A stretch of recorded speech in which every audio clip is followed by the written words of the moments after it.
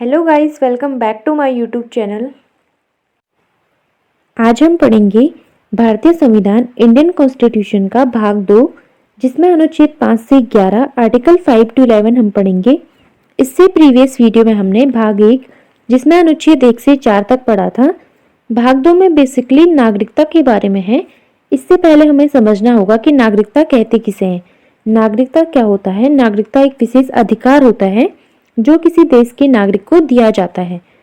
अगर कोई विदेशी भारत में आएंगे तो उनके पास वो विशेष अधिकार नहीं होंगे जो भारत देश के नागरिक के पास होंगे, जैसे वोट देने का अधिकार, आधार कार्ड पैन कार्ड बनाने का अधिकार। ऐसे और भी बहुत सारे अधिकार हैं जो नागरिकों को दिए जाते हैं।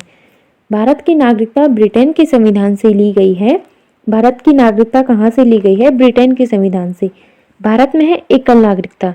भारत में कैसी नागरिकता है? एकल नागरिकता। अमेरिका में है दोहरी नागरिकता। दोहरी नागरिकता क्या होती है? देश की भी नागरिकता और राज्य की भी नागरिकता, दोनों नागरिकता होगी वहां पर, देश की भी और राज्य की भी। लेकिन भारत में ऐसा नहीं है। भारत में किसकी नागरिकता है?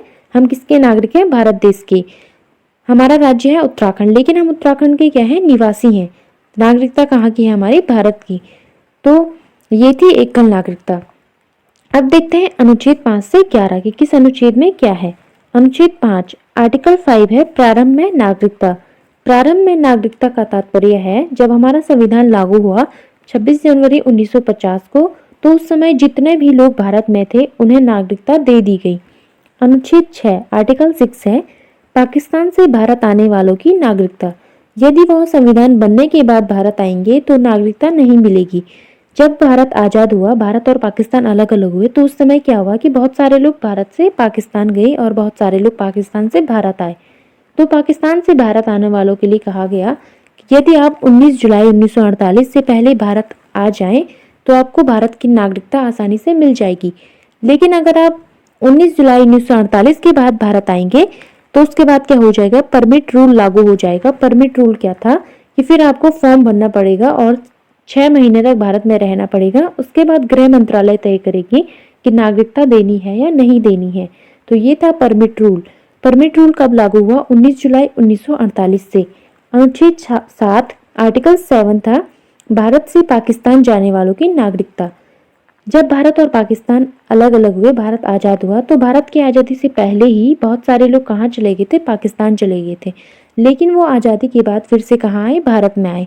तो भारत से पाकिस्तान गए हुए लोग जो फिर से पाकिस्तान से भारत आए, तो उन्हें कहा गया कि आपको संविधान लागू होने से पहले भारत आना होगा, तभी आपको भारत की नागरिकता मिलेगी। अनुच्छेद 8 आर्टिकल 8 है विदेश भ्रमण एवं नौकरी करने पर भारत की नागरिकता समाप्त नहीं होगी। यानी कि आप विदेश में जा सकते हैं, घूम सकते हैं, वहां पर नौकरी कर सकते हैं, शादी कर सकते हैं, आपकी नागरिकता समाप्त नहीं होगी। लेकिन अनुच्छेद 9 कहता है विदेशी नागरिकता लेने पर भारत की नागरिकता समाप्त हो जाएगी। अगर आप वहां की नागरिकता ले लेंगे तो यहाँ की नागरिकता क्या हो जाएगी? स्वतः ही समाप्त हो जाएगी। अनुच्छेद 10 है भारतीयों की नागरिकता बनी रहेगी जब तक वह कोई देशद्रोही कार्य न करे। आपकी नागरिकता आपसे कोई नहीं छीन सकता जब तक आप क्या न करें? कोई देशद्रोही कार्य न करें। अनुच्छेद 11 है नागरिकता संबंधी कोई भी कानून बिना संसद से पास हुए नहीं बन सकता।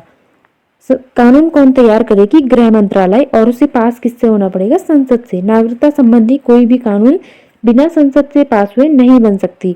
तो ये थे अनुच्छेद 5 से 11।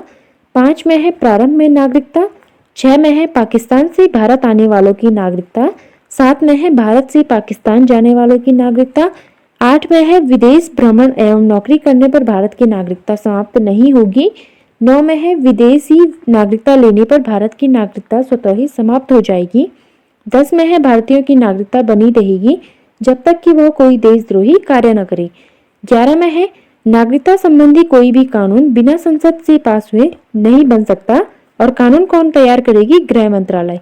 तो ये थे अनुच्छेद 5 से 11।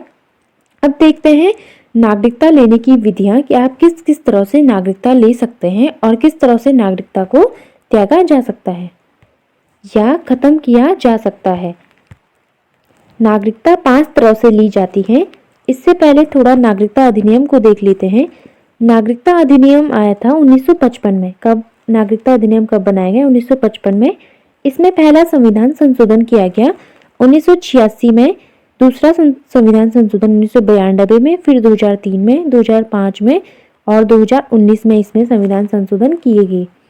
नागरिकता लेने की पहली विधि है जन्म के आधार पर, बाय बर्थ।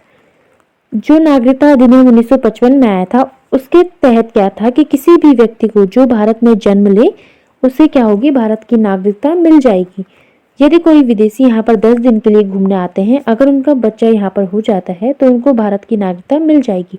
लेकिन इसमें 1986 में संशोधन किया गया और इसमें यह कहा गया कि अगर आप भारत में जन्म लेते हैं तो आपको जन्म के आधार पर नागरिकता तभी मिलेगी जब आपके माता या पिता में से कोई क्या हो, भारत के नागरिक हो। और नागरिकता कैसी होनी चाहिए, वैध नागरिकता, यानी कि आपकी नागरिकता फर्जी या नकली नहीं होनी चाहिए।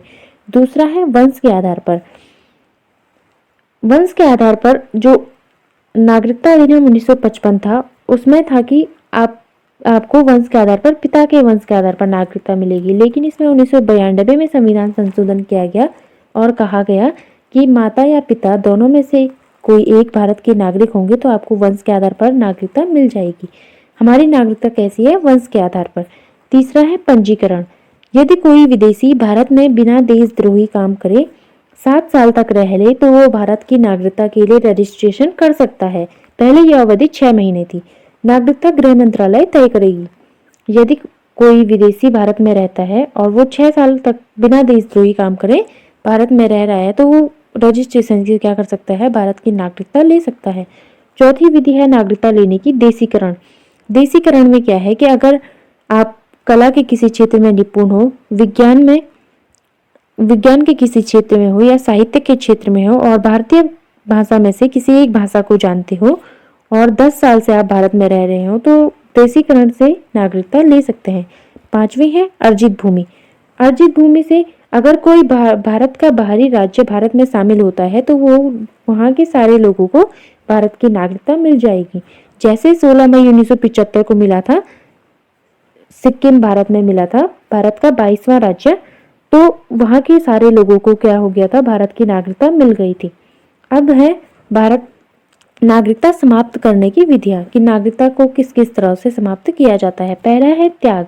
अगर आप विदेशी नागरिकता ले लेते हैं तो यहाँ की नागरिकता क्या हो जाएगी, समाप्त हो जाएगी। दूसरा है बर्खास्त। बर्खास्त यानी कि अगर आपकी नागरिकता फर्जी या नकली पकड़ी जाती है तो नागरिकता बर्खास्त हो जाएगी। तीसरा है वंचित। वंचित यानी कि छीन लेना। यदि आप पागल या राष्ट्र विरोधी कार्य करेंगे या पागल हो जाएंगे कोई व्यक्ति तो उनकी नागरिकता क्या होगी, छीन ली जाएगी। तो ये थी नागरिकता लेने की विधियां और उन्हें समाप्त करने की विधियां। नेक्स्ट वीडियो में हम इससे आगे पढ़ेंगे। आई होप आपको ये वीडियो अच्छी लगी होगी। वीडियो अच्छी लगी तो चैनल को लाइक, शेयर एंड सब्सक्राइब जरूर करें और चैनल के साथ बने रहिए। Thank you.